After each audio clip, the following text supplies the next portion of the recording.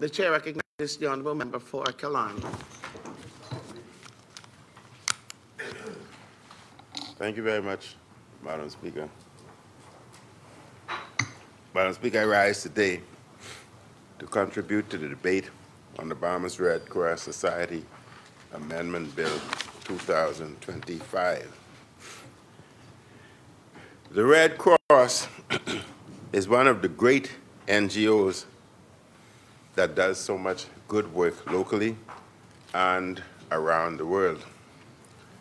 The Bahamas branch of the International Red Cross began its work in 1939 under the British Red Cross.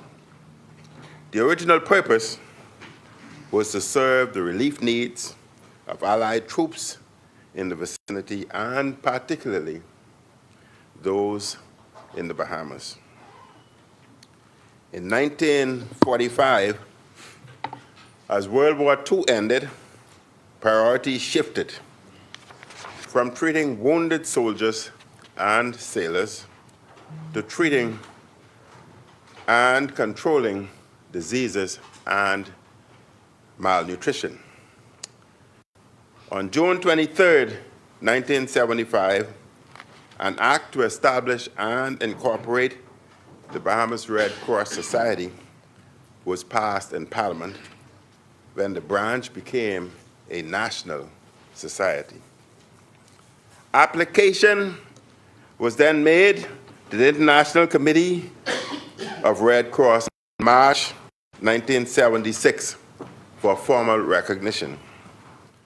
After the visit of several delegates from Geneva, the society was formally recognized on December 16, 1976, and became the 103rd member of the International Red Cross. On May the 4th, 1977, the Bahamas Red Cross Society was admitted to membership in the League of Red Cross and Red Crescent. This bill, Madam Speaker, seeks to amend the Bahamas Red Cross Society Act to provide immunities and privileges for the Bahamas Red Cross Society and the International Federation of Red Cross and Red Crescent Societies. Clause 3 of this bill provides that the Federation shall be accorded the immunities and privileges set out in the agreement between the International Federation of Red Cross and Red Crescent Societies and the Commonwealth of the Bahamas, signed on the 20th of September 2022. In addition, the Society shall enjoy the immunities and privileges conferred on an organization under the International Organizations, Immunities and Privileges Act. I support this legislation, as the Red Cross is a great humanitarian organization. It deserves our special consideration. I encourage Bahamians to do all they can to assist the Red Cross. If you have the resources, donate. Do not be cheap, donate. If you have the time, please volunteer. The Red Cross has played a pivotal role. Madam Speaker, stop them from giving jokes. I'm trying to struggle through this. The Red Cross has played a pivotal role in the recovery efforts for many hurricanes, including Hurricane Dorian. I thank the organization for all it did during those difficult times. Madam Speaker, there is a topical matter related to NGOs, of which the Red Cross is, and relief efforts that has captured public interest and news headlines in recent weeks, which I must also address. The COVID-19 pandemic was one of the worst periods of our country. At the worst of the crisis, tourism came to a halt. Much worse than in the 2008 Great Recession. The Bahamian economy quickly collapsed.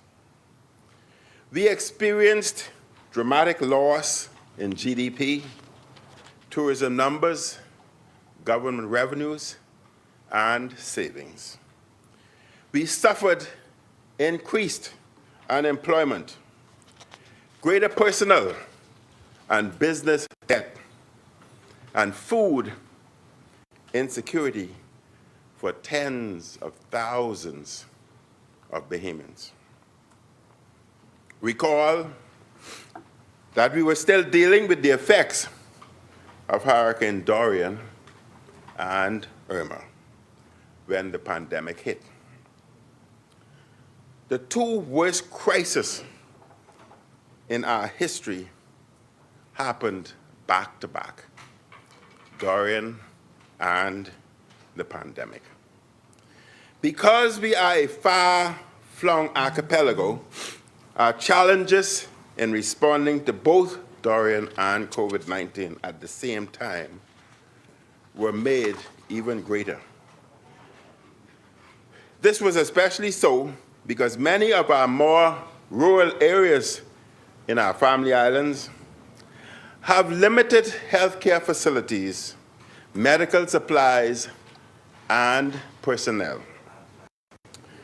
My government at that time launched the largest food program in Bahamian history as a result of the effects of the pandemic.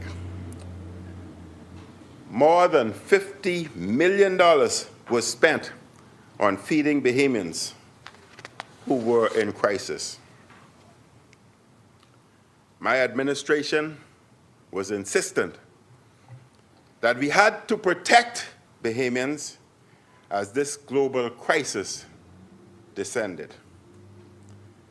We partnered with local NGOs in order to run the program. Local NGOs, Madam Speaker, such as the Bahamas Feed Network, Grand Bahama Food Committee, Hands for Hunger, Lend a Hand Bahamas, Wanilutra Foundation, IDEA, Bahamas Red Cross, churches, and many other organizations. This was important, as these organizations had good reputations and expertise in food distribution. Susan Halawesco Larson, who has a record of integrity, professionalism, and philanthropy, generously agreed to serve as chair of the task force. Her only goal, Madam Speaker, was to help and ensure no Bahamian went hungry. No political involvement. I note the tremendous services she gave in the aftermath of Dorian. I was most impressed, Madam Speaker, when planes were arranged via the Odyssey Airport, and individuals were flown in from Abaco. As they arrived, their names was automatically computerized and logged. Food, packages, and food was provided. Lodging was identified, which they were transported to. They were ensured comfort in various locations. Madam Speaker, I had never seen such an organization performing in such manner. And individuals who were brought to New Providence were checked by this organization on a daily basis to ensure their comfort and they were cared for. One would think that there are things we could have bipartisan consensus on. One would also think, the PLP would agree, that there was a need to feed people and that the feeding program we instituted was not a good idea, but a great idea. Nothing this big or bold was ever achieved in our country's history. Many in the country were shocked on the PLP coming to office to hear the baseless attacks leveled against our feeding program, led by an outstanding Bahamian. These attacks, Madam Speaker, were especially uttered by the Prime Minister in this House of Assembly, where those who were accused could not defend themselves. He questioned the integrity of my administration on the National Food Distribution Program and the people working in the food program. He suggested there was wrongdoing. He suggested money was unaccounted for. He gave this impression to the country and the world through his repeated attacks, even though he was warned that the accusations were baseless. The Auditor General is the constitutionally appointed watchdog for the people's money. The Office of the Auditor General found in its report into the National Food Distribution Task Force that the task force fulfilled its mandate to ensure that, and I quote from the Auditor General's report, no one went hungry, end quote, during the pandemic. And it was able to account for all the funds dispersed to it by the government. This was a validation of the chairs and the members of the task force's exceptional national service, and a validation of the program that did tremendous good in a time of great national need. These people, Madam Speaker, who managed this program, in my view, are national heroes. They fed the nation with distinction and honor and honesty. I salute, Madam Speaker, those members who have done such an excellent job. Those members, Susan Larson, Bahamas Feeding Network, Grand Bahama Food Committee, Hands for Hunger, Lend a Hand Bahamas, IDEA, the Bahamas Red Cross, the many churches and other Bahamians who assisted. You are all heroes. Thanks for feeding this nation when we were most vulnerable. Thanks for stopping a food security catastrophe crisis. I ask all Bahamians to salute those individuals. It will likewise be shown, Madam Speaker, that the medical community, led by Dr. Dal Regis, Nakia Forbes, and the vaccination committee, led by The Rotary are likewise heroes in this nation. The Auditor General praised the task force, NGOs, volunteers, and religious groups that took part in the program. The food program was initially intended to be for 12 weeks. However, it was in operation for 70 weeks with $52.99 million in funding. While the government allocated $52.99 million on the food program, it only spent $50.17 million. The Auditor General found that $2.87 million was returned to the Treasury from 3 NGOs after the program ended.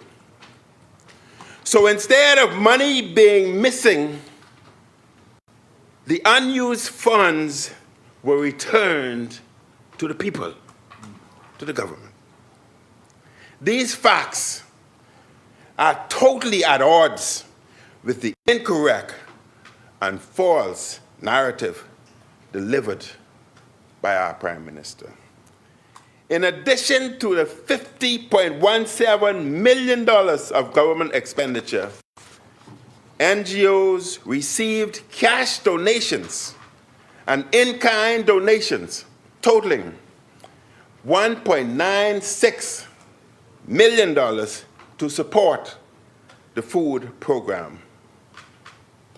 Overall, Madam Speaker, according to the Auditor General, $52.14 million was spent on the program between the years 2020 and 2021.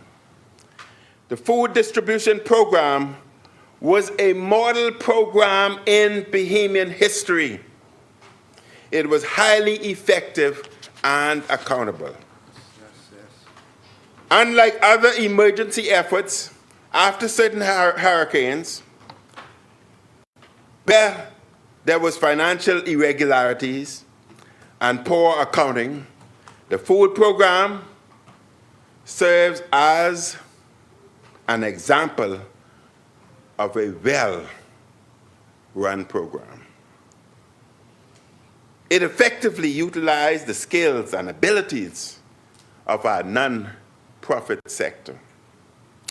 I would add, Madam Speaker, that along with the Vaccine Consultative Committee, which proved competent service and did excellent work, the members of the food program can hold their heads high.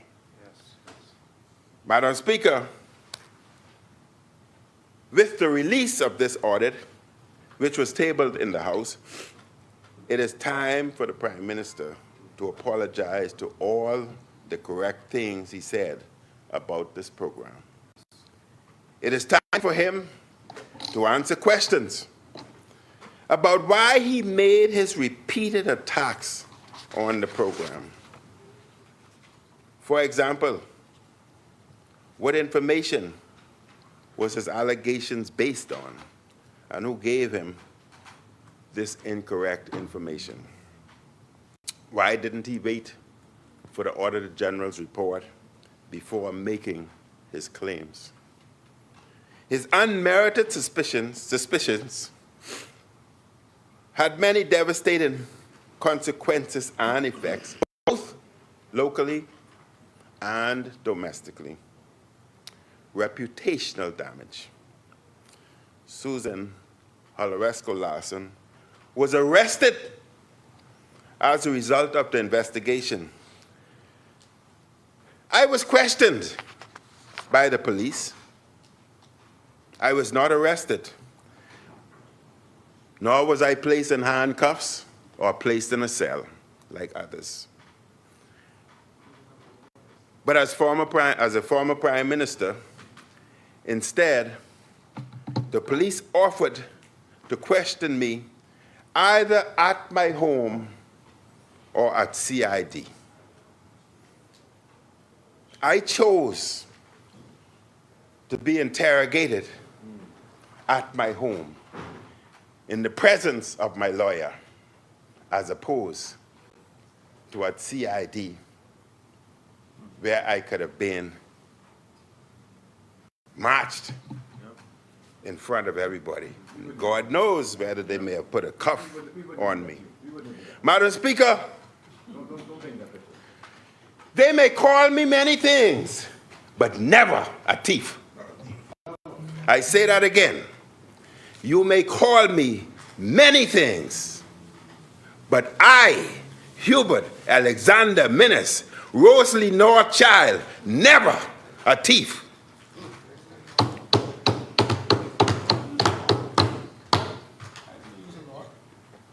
Yep, from the south. That's your cousin. I'm a north. All the norths are related. I'm a north. That's your cousin. Staff at various NGOs. Madam Speaker, the police treated me with the greatest respect, unlike many others. At the end of the interview, they were impressed with the food program and asked me the question, why would I not explain the program to the Bahamian public? Well, the Auditor General did just that. Staff at various NGOs were also questioned by police.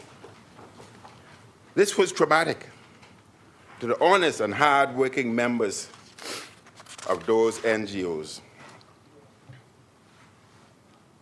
Just as the Prime Minister made his allegations from this place, I call on him to apologize in this House of Assembly to Mrs.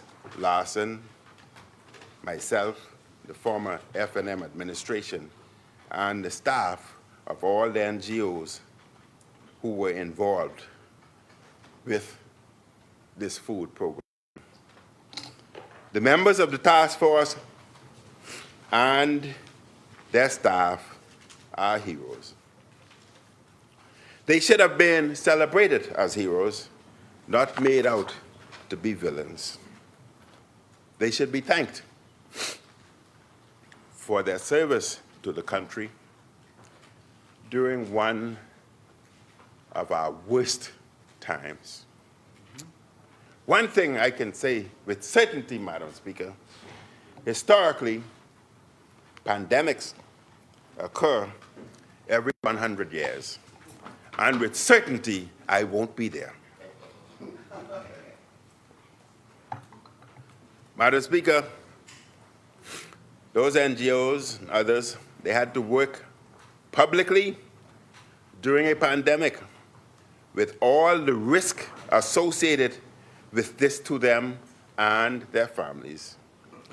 They were on the front lines. The police should never have been sent after the NGOs. This was wrong. Was this an abuse of authority? The Prime Minister is duty-bound to apologize in this place as he went on the record of this place with his baseless allegations. Members of this place should correct information they have brought to the House when facts emerge that contradict what they said. Madam Speaker, I support this bill. And according to the Auditor General, I quote, the task force did their job. No one went hungry.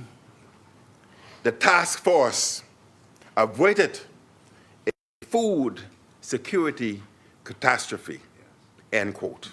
Those are the words of our constitutionally protected Auditor General. Madam Speaker, we must support the Red Cross and its noble efforts to assist those in need. And before I close, Madam Speaker,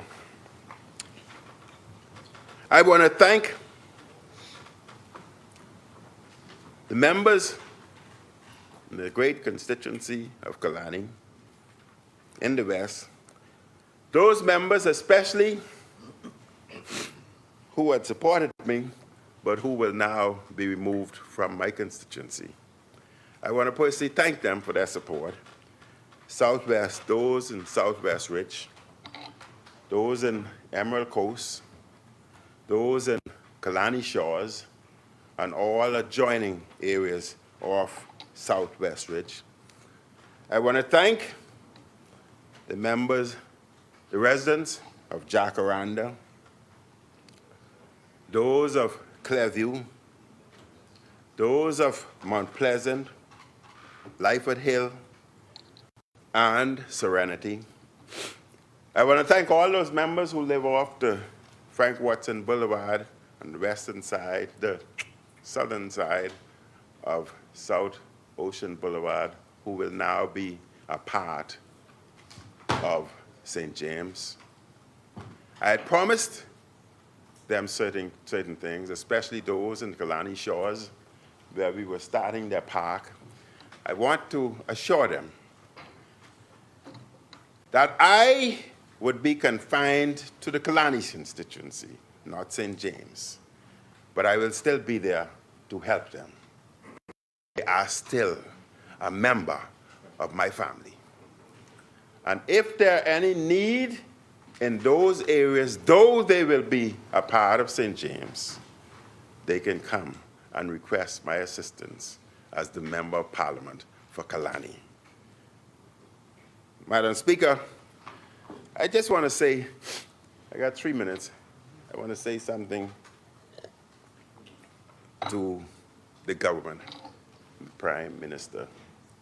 Health has always been a difficult area to manage. The problems that the Minister of Health is experiencing is not new. Those were problems that exist at Princess Margaret Hospital, I was told, when I was born. Those problems persisted, and every government faced those problems. Health is not a political issue. Health is too important for the survival of our nation.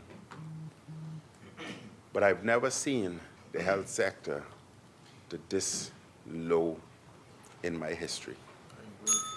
I only ask the Prime Minister, from experience, administrators in various different sectors and those around you will tell you what they believe you want to hear.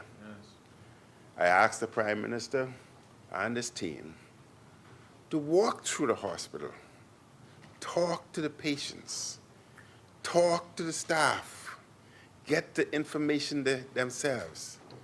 Every time I fall ill, I go to Princess Margaret Hospital, not Doctor's Hospital, because I want to feel how they feel.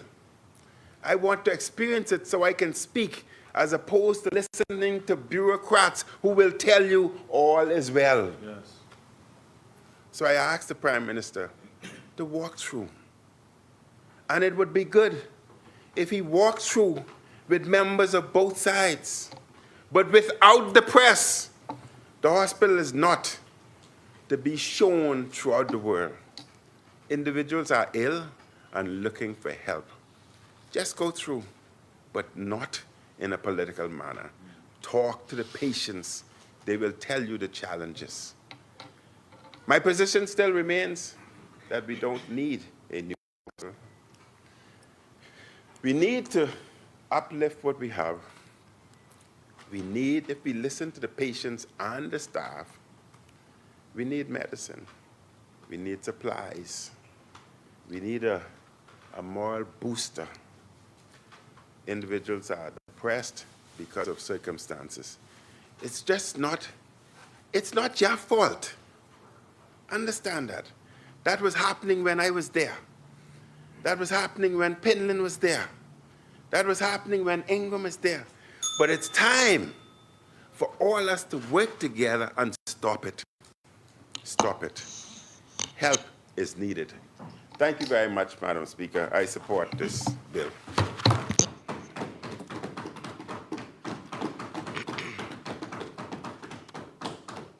Thank you, Honourable Member.